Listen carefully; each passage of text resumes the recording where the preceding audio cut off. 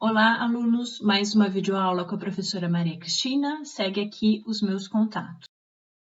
A gente vai conversar novamente sobre tecido ósseo e como a gente viu na primeira aula, essa espécime ela foi preparada pela técnica de desgaste, onde a gente elimina a parte orgânica do tecido, tanto os componentes de matriz extracelular quanto as próprias células, e fica apenas com a parte inorgânica. Então, a gente observa a matriz extracelular rica em minerais. Aqui nesses espaços pequenininhos são as lacunas, onde estariam os osteócitos, e esses espaços maiores correspondem ao local onde estariam vasos e nervos.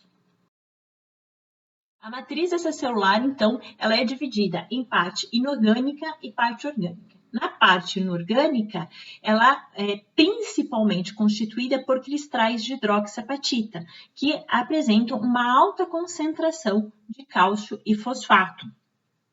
Esses cristais são revestidos por uma capa de hidratação, o que facilita as trocas de íons entre o cristal e o líquido intersticial da matriz óssea. Além do fosfato e cálcio, a gente tem diversos outros íons em uma quantidade muito menor na parte inorgânica. Da parte orgânica, a gente tem principalmente fibras colágenas, e aqui a gente destaca as fibras colágenas do tipo 1, que são aquelas fibras que conseguem formar fibrilas longas sem gastar energia. Lembrando lá da aula de tecido conjuntivo, fibras colágenas são tríplice hélice de moléculas alfas, que são importantes, então, para dar resistência ao tecido. Outros tipos de colágeno, como o 5, o 3, o 9 e o 13, também são encontrados na matriz óssea. É importante destacar na parte orgânica também as proteínas não colagenosas, que apesar de ser um constituinte muito menor em relação às fibras colágenas, elas são essenciais para a integridade do tecido ósseo. Dentre as proteínas não colagenosas, a gente vai destacar 4 classes importantes. Primeiramente, glicoproteínas multiadesivas, que são aquelas proteínas que vão ligar os componentes celulares à matriz extracelular. Dentre elas, a gente tem a oxanectina, que vai ligar o principal componente orgânico, o colágeno, ao principal componente mineral, o cristais de hidroxiapatita. A gente tem também a osteopontina, que vai fazer adesão célula-matriz. A gente tem a cialoproteína 2, que vai fixar as células e iniciar a formação do fosfato de cálcio, então a mineralização. E a topoplanina, que responde ao estresse mecânico exclusivamente em osteócitos. Temos também uma segunda classe, que são de proteínas K dependentes específicas do osso, então produzidas exclusivamente no tecido ósseo, entre elas a osteocalcina, que captura cálcio e atrai osteoclastos, então participa da homeostase do cálcio. A proteína S, que auxilia a remoção de células que sofreram apoptose. Temos as proteoglicanas, que temos que lembrar lá também da aula de tecido conjuntivo. Então, o que é uma proteoglicana? Ela tem um núcleo central e vários ramos de glicosaminoglicanas. Então, essas proteoglicanas também apresentam uma capa de solvatação ou de hidratação ao redor dela. Isso facilita a fornecer uma força compressiva do osso, ela vai inibir a mineralização e essa capa de hidratação também permite a ligação de fatores de crescimento e citocinas, que é a nossa última classe de proteínas não colagenosas. Esses fatores de crescimento e citocinas, eles vão promover diferenciação e crescimento celular. Dentre eles, a gente pode destacar o fator de necrose tumoral alfa, o fator transformador de crescimento beta, o fator de insulina e derivadas de plaqueta e diversas interleucinas, principalmente a interleucina 1 e a interleucina 6. Eu vou destacar também a proteína morfogênica do osso, as BMPs. A BMP7 ou a proteína osteogênica 1, elas estão sendo muito utilizadas em cirurgias ortopédicas e ortodônticas, porque elas induzem a diferenciação de osteoblasto e elas inibem a atividade de osteoclasto, permitindo então uma regeneração óssea acelerada. O osso maduro é uma estrutura notavelmente leve e forte. Aqui nesse disco, a gente tem mais ou menos as porcentagens de cada constituinte no tecido ósseo. Isso vai depender muito do autor que a gente está seguindo, mas é só para a gente ter uma ideia. O que a gente pode observar? Que a quantidade mineral é bastante alta, apesar dele não ser o tecido mais mineralizado do organismo, é um tecido extremamente mineralizado. A quantidade de água dentro de tecidos conjuntivos é uma quantidade reduzida, porque a gente sabe que, por exemplo, o tecido conjuntivo propriamente dito, ele tem em torno de 70% de água, então aqui uma redução significativa, mas é um constituinte importante aqui do tecido ósseo, ok? Esta imagem aqui eu gosto muito porque ela nos resume a importância da gente ter cristais de hidroxiapatita junto com fibras colágenas. Então, se a gente tirar toda a parte mineral do tecido ósseo, a gente vai ter resistência, porque a gente vai ter muitas fibras colágenas, que são fibras de resistência, mas a gente não vai ter rigidez. E se a gente tirar todo o material orgânico, todas as fibras colágenas e deixar somente células e os minerais, a gente vai ter rigidez, mas a gente não vai ter força, então ele se torna quebradiço.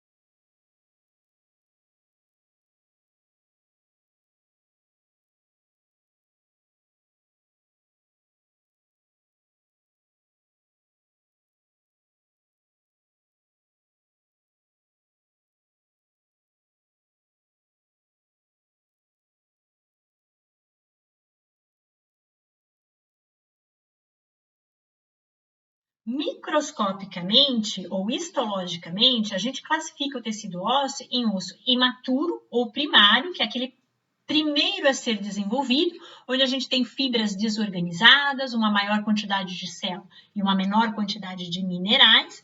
Ela é encontrada em feto, nas suturas cranianas, nos alvéolos dentários e alguns pontos de inserção de tendão, como mostra a imagem aqui histológica, então são várias células e uma matriz celular desorganizada. E esse tipo de osso, ele vai se remodelar em um osso lamelar ou secundário, que é o que predomina no adulto. Então, veja que nessa figura a gente vê algumas linhas que indicam para a gente que a matriz celular está organizada, as fibras colágenas se organizam nesse tipo de osso, garantindo uma maior força para esse tecido. A gente tem que lembrar que os dois tecidos, eles podem ser observados no adulto. Por quê? O tecido ósseo é um tecido que está constantemente sendo remodelado. Então, a gente sempre vai ter uma porcentagem de osso imaturo sendo remodelado para formar osso lamelar. Histologicamente, eles têm uma coloração um pouquinho distinta uma da outra, porque em uma predomina um pouquinho mais uma coloração mais forte, e na outra uma coloração mais rosa de eosina. Dentro do osso lamelar, a gente ainda classifica alguns sistemas. Então, eu trouxe aqui uma imagem de osso por desgaste, onde a gente consegue melhor visualizar esses sistemas e a gente percebe que existe uma diferença dessa região para essa região de cá. Então, primeiramente, o que a gente tem? A gente tem os sistemas de Haver ou osteom. O que é isso? São esses sistemas aqui que estão representados, ó, aqui, aqui, aqui, aqui, mesma coisa na figura de baixo. Aqui, aqui, aqui, aqui. O que a gente pode perceber? Que ele tem um canal, que é o canal de Haver, e esse canal vão passar vasos e nervos. Esse canal, ele está organizado paralelamente entre si e paralelo ao longo eixo do osso em questão. E ao redor desse canal existem deposição de matriz óssea, né, de forma cilíndrica, né? Então forma lamelas concêntricas ao redor desse canal. pode ser de 4 a 20 lamelas, então ele tem um tamanho de sistema diferente entre si e também o tamanho do canal é diferente. Ó, veja que esse é um canal relativamente pequeno, esse aqui já é um canal maior, esse é um canal pequeno e assim sucessivamente a gente já fala da diferença desse tamanho de canal. E esse osteon, cada sistema de osteon, ele se comunica entre si através de canais de Volkmann ou canal perfurante, que são sistemas de lamelas paralelas, que também vai ter as ramificações de vasos e nervos. Outro sistema que a gente tem são sistemas circunferenciais, que são lamelas paralelas, não tem lamelas concêntricas, a gente consegue observar que elas são todas paralelas, a gente vê o posicionamento ali das lacunas mais ou menos em linha, e ela pode ser interna, quando está na face interna do tecido ósseo, por exemplo, revestindo o canal medular, ou ela pode ser externa, quando ela está na extremidade externa do osso, ali muito próximo ao tecido conjuntivo, que a gente chama de periósteo, que vai revestir o tecido ósseo. A lamela circunferencial externa, ou o sistema circunferencial externo, ele é mais desenvolvido, então a gente consegue visualizar melhor nas espécimes. Outro sistema que a gente tem são os sistemas irregulares, que são chamados de intermediário ou intersticiais. Como o tecido ósseo ele está sendo constantemente remodelado, os demais sistemas eles vão ser remodelados também, então elas não permanecem fixos. E aí, nesse processo de remodelação, sempre fica uma parte que não foi totalmente reabsorvida. E essa parte é que a gente chama de sistemas intermediários ou intersticiais. Normalmente, nessa região, a gente tem um osso extremamente mineralizado, que tem uma quantidade de minerais grande. Então, é importante para dar resistência ao tecido. Tá, vamos entender o que são lamelas, então. Então, aqui está representada uma fatia de um osteon. Aqui a gente tem um pedacinho do canal, onde estariam então os vasos e nervos, e a gente percebe que existe aqui uma lamela. Aí tem as lacunas, onde estariam os osteócitos, outra lamela, mais algumas lacunas, e assim sucessivamente. Então, cada lamela é uma frente de crescimento, onde a gente tem uma concentração muito grande de fibras colágenas, todas paralelas entre si. Entretanto, essas frentes de crescimentos, elas vão parar numa linha que a gente chama de substância cinzenta, onde a gente tem uma quantidade menor de fibras e, portanto, as células conseguem se localizar melhor nessa região, formando a lacuna mais ou menos alinhadas. Então, aqui a gente teria as lacunas onde conteria os osteócitos.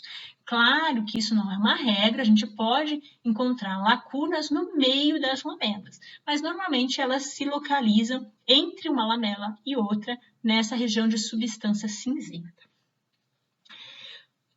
Quando a gente observa cada uma das lamelas, essas fibras colágenas dessa lamela aqui, elas são paralelas entre si, mas são perpendiculares em relação a outra lamela adjacente.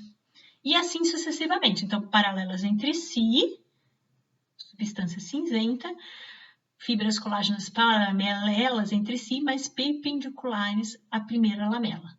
Isso faz com que a força de resistência do tecido ósseo seja aumentada, ok? Quando a gente entende que o tecido ósseo é formado por diversos osteomes que estão constantemente sendo remodelados, a gente consegue perceber que os sistemas de Haver, que são mais jovens, vão ter um canal maior do que os sistemas mais antigos. Isso independente de ser um adulto ou ser um idoso ou ser uma criança que a gente está avaliando. O que acontece? A formação do tecido ósseo no sistema, ela é radial. Então, ela começa de fora para dentro. Então, as últimas lamelas a serem formadas são essas daqui. E as primeiras são essas. Quando ainda há cone de formação, a deposição ainda de tecido ósseo, esse canal é um canal grande, que vai se fechando conforme seja depositado o tecido ósseo. Okay? Por isso, da diferença do tamanho, do diâmetro desse canal de Haver. Então, aqui no sistema de osso lamelar, osso secundário, então, a gente ainda continua tendo osso compacto e esponjoso, e nos dois tipos de ossos a gente vai ver os sistemas de Harvey, né? Claro que no osso compacto a gente vê um maior número, eles estão mais próximos entre si, e no osso esponjoso, esse sistema ele é menorzinho um pouco, mas a gente consegue ver os sistemas circunferenciais internos, né? Essa imagem mostra bem claramente que ambos os tecidos são idênticos. Então, aqui numa figura mais aproximada do osso compacto, o que a gente percebe? Cada um desses daqui é um osteon, tá? Representado aqui em laranja. O canalzinho está aqui, com a setinha verde, canal de Harvey. O canal de Volkmann a gente consegue ver aqui, e aqui num aumento maior, mais claramente esse canal. Então, comunicando um sistema com o outro. E se a gente der um aumento ainda maior ali em um único sistema, a gente consegue perceber as lamelas diferentes. Cada uma disso aqui é uma lacuna, onde estariam então os osteócitos. E aqui a gente vê os canalículos, onde estariam os prolongamentos dos osteócitos. Normalmente a gente utiliza o processo de desgaste para formar as lâminas para visualizar os sistemas, mas a gente consegue ver na descalcificação também a presença desses sistemas. Então aqui a gente consegue perceber um sistema de Harvey, um osteon, dá para ver que existe aqui um canal de Volkmann. E aqui também, ó, o sistema circunferencial interno, e aqui seria o periósteo, tecido conjuntivo, que está revestindo o tecido ósseo. Então, aqui tecido ósseo e aqui tecido conjuntivo. Então, veja que fica mais fácil a gente ver por desgaste, mas a gente consegue observar também por descalcificação. Em relação ao suprimento sanguíneo, ele é centrífugo, então ele é de dentro para fora. E o que acontece é que a gente tem artérias passando por forames nutridores, que vocês vão ver lá na disciplina de anatomia, que se formam durante o desenvolvimento do tecido ósseo. Então, depois que se desenvolveu, não há invasão de novos vasos para dentro do tecido ósseo. Então, esses forames é que garante a presença desses vasos para dentro do tecido ósseo. E aí, quando ele chega dentro do tecido ósseo, ele vai emitir, então, ramos menores, ele vai começar a se ramificar, para, então, vascularizar todo o tecido ósseo, ok? O tecido ósseo, ele é ainda revestido por um tecido conjuntivo, né? A gente já vai falar sobre eles, e nesse tecido conjuntivo também temos vasos que podem fazer uma nutrição menor aqui de tecido ósseo. Mas é importante lembrar que só temos vasos linfáticos no tecido conjuntivo que reveste o osso, senão ele não entra dentro do tecido ósseo. Então, o suprimento sanguíneo do tecido ósseo é centrífugo, é de dentro para fora, ele se ramifica de dentro para fora. Em relação ao conjuntivo que reveste o tecido ósseo, a gente tem uma semelhança muito grande daquilo que acontece com a cartilagem. Então, a gente tem um tecido conjuntivo, fibroso, que vai estar revestindo a superfície externa do osso, que a gente chama de periósteo, e esse tecido ele ainda é dividido em duas camadas. Uma camada mais externa, que é rica em fibras colágenas e fibroblastos. Essas fibras colágenas, normalmente, elas estão dispostas paralelas entre si e entre o longo eixo do osso, formando uma cápsula de resistência, de proteção. Mas, em alguns locais, como em ligamentos e tendões, ela se insere no osso com fibras oblíquas ou em ângulo reto com o longo eixo do tecido ósseo. E elas são contínuas com as fibras colágenas da matriz extracelular dos sistemas circunferenciais, garantindo uma força de tração, então, maior nesses locais, ligando, então, ligamentos e tendões com tecido ósseo. Essas fibras colágenas, elas são especificamente chamadas de fibras de Sharpey, e elas trazem uma maior resistência a esse local. Internamente, então, mais próximo ao tecido ósseo, então aqui a gente tem o tecido ósseo e aqui o periósteo. Então, essa região mais próxima é a região que é rica em células osteoprogenitoras. Elas podem ser estimuladas a se transformarem, a se diferenciarem em osteoblasto. Então, nessa imagem também a mesma coisa, o tecido ósseo e o periósteo. Então, o tecido conjuntivo e o tecido ósseo. Nas regiões de cartilagem articular, onde a gente tem osso e osso se interagindo entre si, a gente não tem o periósteo, a gente tem um revestimento de cartilagem hialina. Internamente, como o osso ele é cheio de espaços, de cavidades, a gente tem um revestimento de tecido conjuntivo interno também, que é chamado de endósteo. Aqui, o tecido é muito mais delicado, a gente tem uma quantidade menor de fibras e o que predomina aqui são as células osteoprogenitoras, que podem estar inativas, podem ser células de revestimento ósseo ou pode estar mais ativas, se transformando em osteoblastos. Como a gente não consegue diferenciar bem histologicamente o que é uma célula osteoprogenitora do que é uma célula de revestimento, nesse local elas são chamadas de células endosteais. Então, vamos lembrar que o tecido ósseo, ele é diferente da cartilagem que não é vascularizada. Aqui ele é altamente vascularizado. Então, o periósteo e endósteo estão aqui mais para fazer uma proteção mecânica e para fornecer as células osteoprogenitoras do que para fazer propriamente uma vascularização. Dentro do tecido ósseo, a gente tem a medula óssea, que é aquele tecido que vai ocupar todas as cavidades do tecido ósseo, seja no tecido ósseo esponjoso ou no próprio canal medular. Então, o que é a medula óssea? São células que a gente chama de células reticulares, que são encapadas por fibras reticulares. A gente já conversou um pouquinho sobre isso lá na aula de tecido conjuntivo. E essas fibras reticulares, elas sustentam uma diversidade de tipos celulares que vão dar origem às células do sangue e também vão fazer o desenvolvimento de vasos. Então, ela fica no interior do tecido ósseo e ela vai dar uma série de células sanguíneas que vão ir para vasos sanguíneos. Então, os glóbulos vermelhos, todos os glóbulos brancos, inclusive as plaquetas. A medula no recém-nascido é uma medula que a gente chama de medula vermelha ou hematógena, que é uma medula rica em hemácias, que tem uma quantidade de células para se dividir, para se diferenciar muito grande. E com o passar dos anos, essa medula vai se tornando uma medula amarela. Então, que a gente encontra mais predominantemente no idoso, mas é um processo contínuo, né? Uma vai se transformando na outra. E aqui, essa medula amarela, ela ganha tecido adiposo. Então, se ela tem um espaço ocupado por células adiposas, ela vai acabar perdendo células que dão origem às células sanguíneas. Então, é uma medula menos eficiente, que se diferencia menos.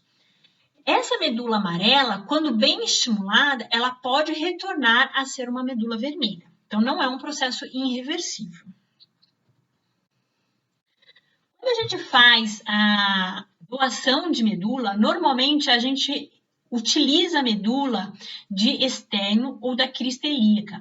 São os locais onde a medula vermelha fica mais bem conservada. Então, não é no canal medular que a gente tira desses tecidos ósseos que tem uma medula mais vermelha, que seria mais, então, eficiente para um transplante de medula. Então, na medula óssea, vocês vão ter um pouquinho mais para frente durante o curso, mas só para a gente atiçar a curiosidade. Aqui a gente tem, então, um exemplo de osso esponjoso. Aqui a gente viria a medula e aqui o tecido ósseo. A gente consegue ver algumas linhas aqui mostrando que esse osso é um osso lamelar, né? Alguns espaços de lacuna com os osteócitos dentro e revestindo aqui externamente o endósteo.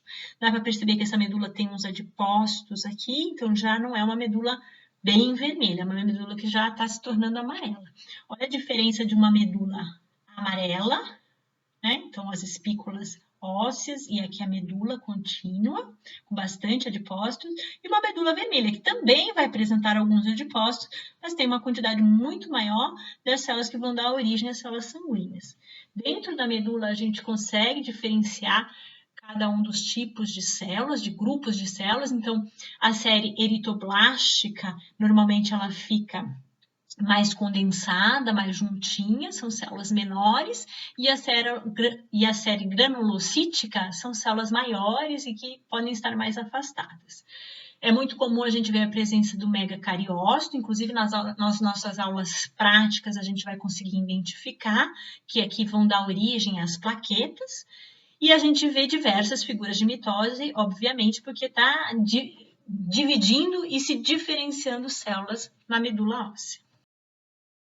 E a última classificação do tecido ósseo seria a classificação referente ao tipo de ossificação. Ela pode ser intramembranosa, como a gente vê aqui, então tem uma origem de células mesenquimais, ou endocondral, onde a origem dela é através de um molde de cartilagem hialina. Mas isso eu vou deixar para a gente conversar em um outro momento. Lembrando que independente do tipo de ossificação, seja ela intramembranoso ou endocondral, ela vai dar origem a um osso primário. Ambas, então, dão origem a ossos idênticos. Então, por hoje é só. Qualquer dúvida, me procurem.